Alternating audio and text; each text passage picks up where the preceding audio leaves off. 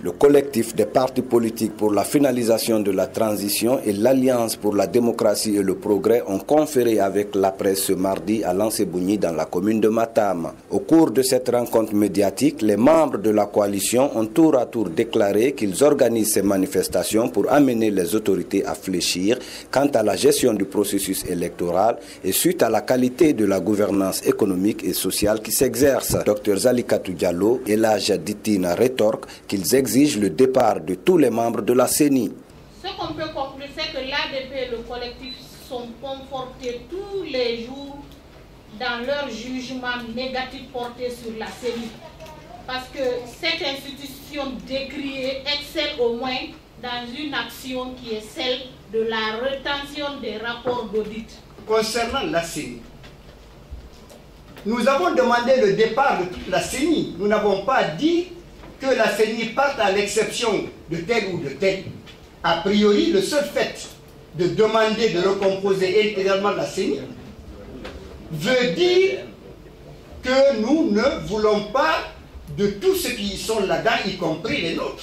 Quant au président de l'UFDG, Cellou Dalein Diallo, il affirme que le bilan de la marche du 10 mai dernier est lourd parce qu'il y a eu une cinquantaine de blessés graves et des arrestations arbitraires. D'abord, il y a eu beaucoup d'arrestations, alors qu'il y a 50 qui ont été déférés et qui sont au niveau de la maison centrale. Ce qui est déplorable, la plupart d'entre eux ont été arrêtés dans leur domicile. Donc il y a un bilan, beaucoup de blessés, une cinquantaine de blessés graves, je pense, parle de ceux qui ont été hospitalisés. Il y a eu surtout ces bastonnades.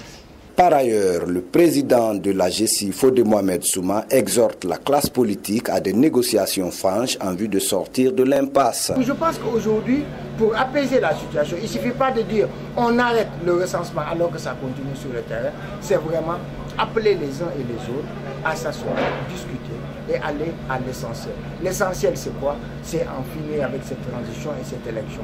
Je vous assure que si nous ne faisons rien maintenant, avec la saison des pluies qui arrive, avec toute cette gesticulation intellectuelle, je dirais même masturbation intellectuelle à laquelle nous assistons, il n'y aura pas d'élection en 2012.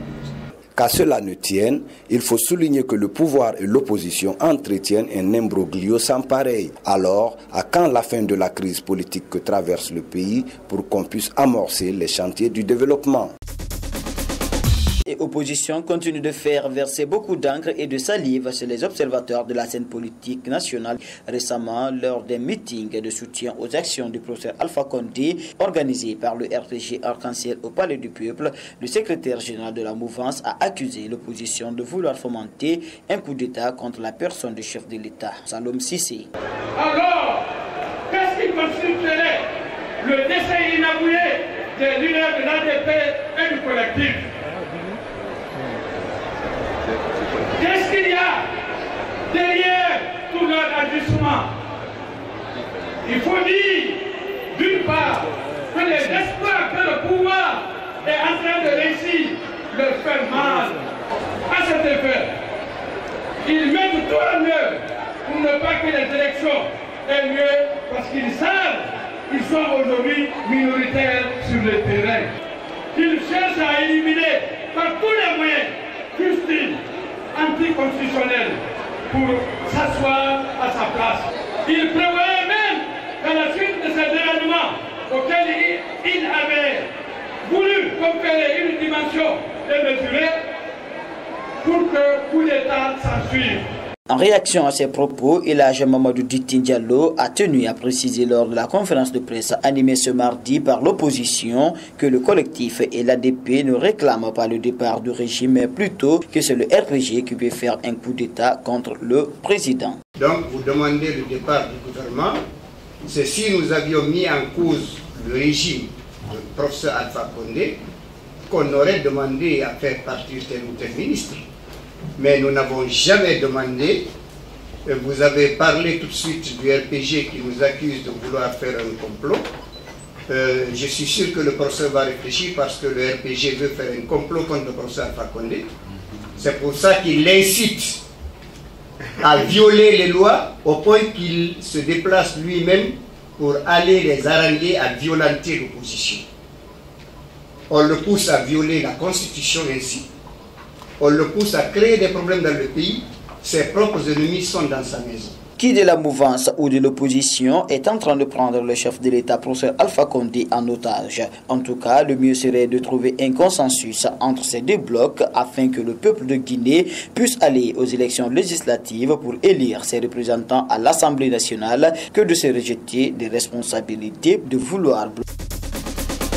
Le Front d'Union pour la démocratie et le progrès FDP ce mercredi au siège de l'UFD à Hamdallah que les membres de cette alliance ont par la voix de leur porte-parole peint la situation sociopolitique du pays. À l'entame de sa déclaration, Mme Fanny Sala déclare que l'heure est grave dans la mesure où le débat politique est pollué.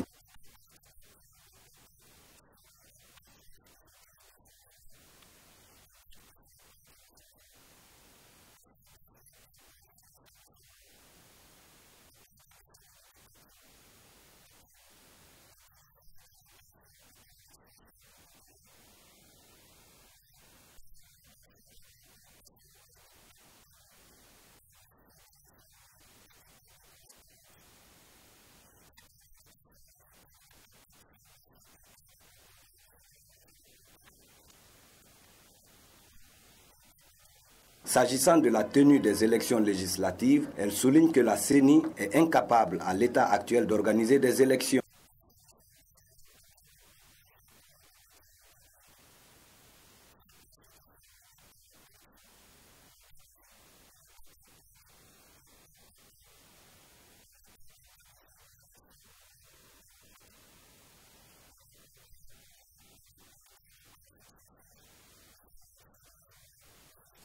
Poursuivant son exposé, la porte-parole du FDP propose des solutions de sortie de crise, dont entre autres l'arrêt de toutes les activités de la CENI.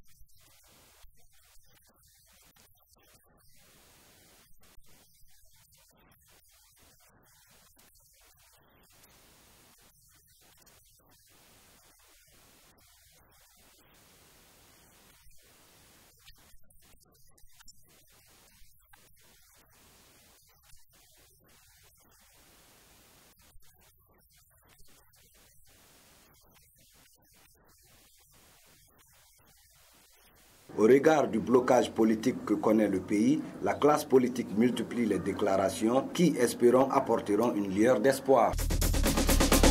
C'est l'image qu'aura dans 14 mois la Direction générale de la santé scolaire et universitaire. La pose de la première pierre de cet édifice s'est déroulée ce mercredi 16 mai 2012 dans la commune de Kaloum devant les ministres de l'enseignement préuniversitaire, de l'éducation civique et celui de l'enseignement supérieur et de la recherche scientifique. C'est un bâtiment R+3 d'un coût global de 9 361 882 670 francs pour un délai d'exécution de 14 mois.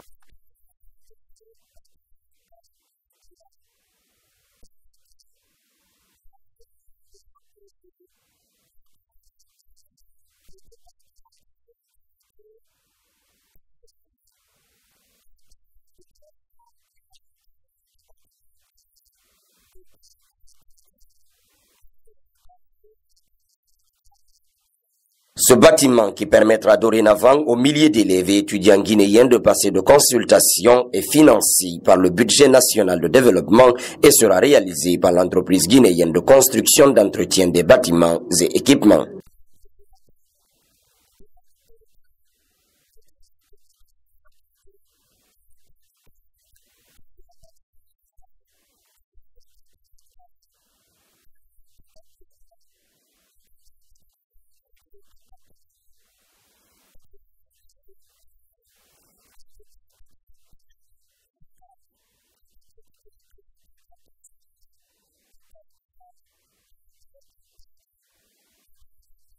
Prenant la parole, le ministre de l'Enseignement préuniversitaire affirme qu'on ne peut pas parler de formation sans parler de santé.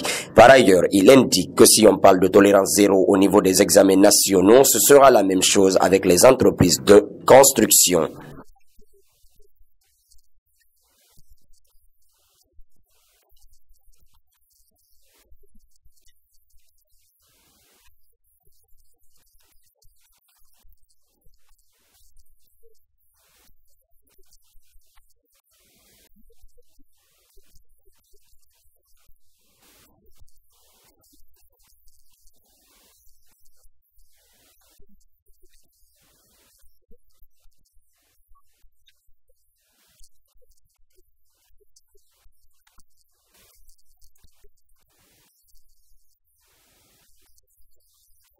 C'est en tout cas un grand pas pour le gouvernement guinéen dans le développement des infrastructures publiques, mais aussi son implication dans l'éradication des maladies en milieu scolaire afin d'assurer un meilleur environnement aux futures élites de la nation.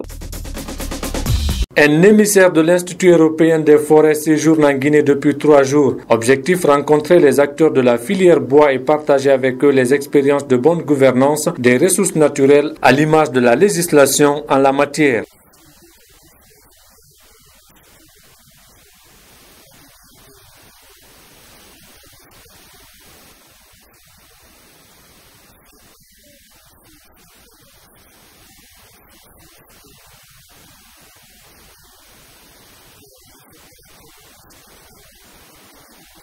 Au cours de notre entretien, il est revenu sur sa rencontre avec le ministre délégué à l'environnement, Saramadi Touré.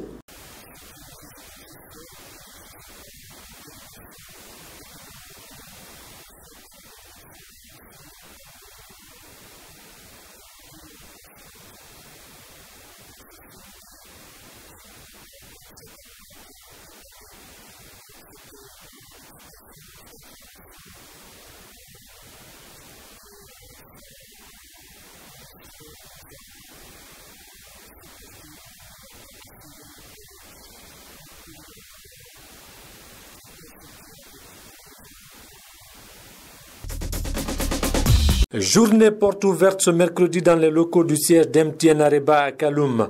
Devant un parterre de journalistes des médias publics et privés, les cadres de cette société de téléphonie mobile, avec en tête leur directeur général, ont présenté à tour de rôle les différents produits et services que le leader guinéen de la téléphonie offre à ses abonnés. Avec de gros investissements déjà réalisés, MTN Areba affiche pourtant plusieurs ambitions au dire de ses responsables. Depuis que nous avons commencé le business, jusqu'à maintenant, nous avons fait jusqu'à 177 millions de dollars d'investissement. Cela, c'est pour étendre la couverture réseau et également pour supporter les autres activités de l'entreprise. Pour les 3 années à venir, nous allons investir encore plus. Nous estimons un investissement d'à peu près 90 millions de dollars. En termes d'extension réseau, d'amener de nouvelles technologies dans le pays pour que toutes les personnes puissent en profiter, de donner des services et de soutenir nos clients. Par rapport au WiMAX et à la technologie GPRS, nous voulons voir jusqu'où nous pouvons établir une convergence en termes de services. En nous assurant que toutes les applications qui existent à travers le monde puissent également être utilisées en Guinée. Le développement de nos employés, de nos travailleurs, c'est également un de nos points majeurs. Parce que si nous n'investissons pas dans nos employés, notre entreprise ne pourra jamais être durable. En plus de ses activités commerciales, MTN Areba soutient les couches défavorisées pour un développement durable de la Guinée.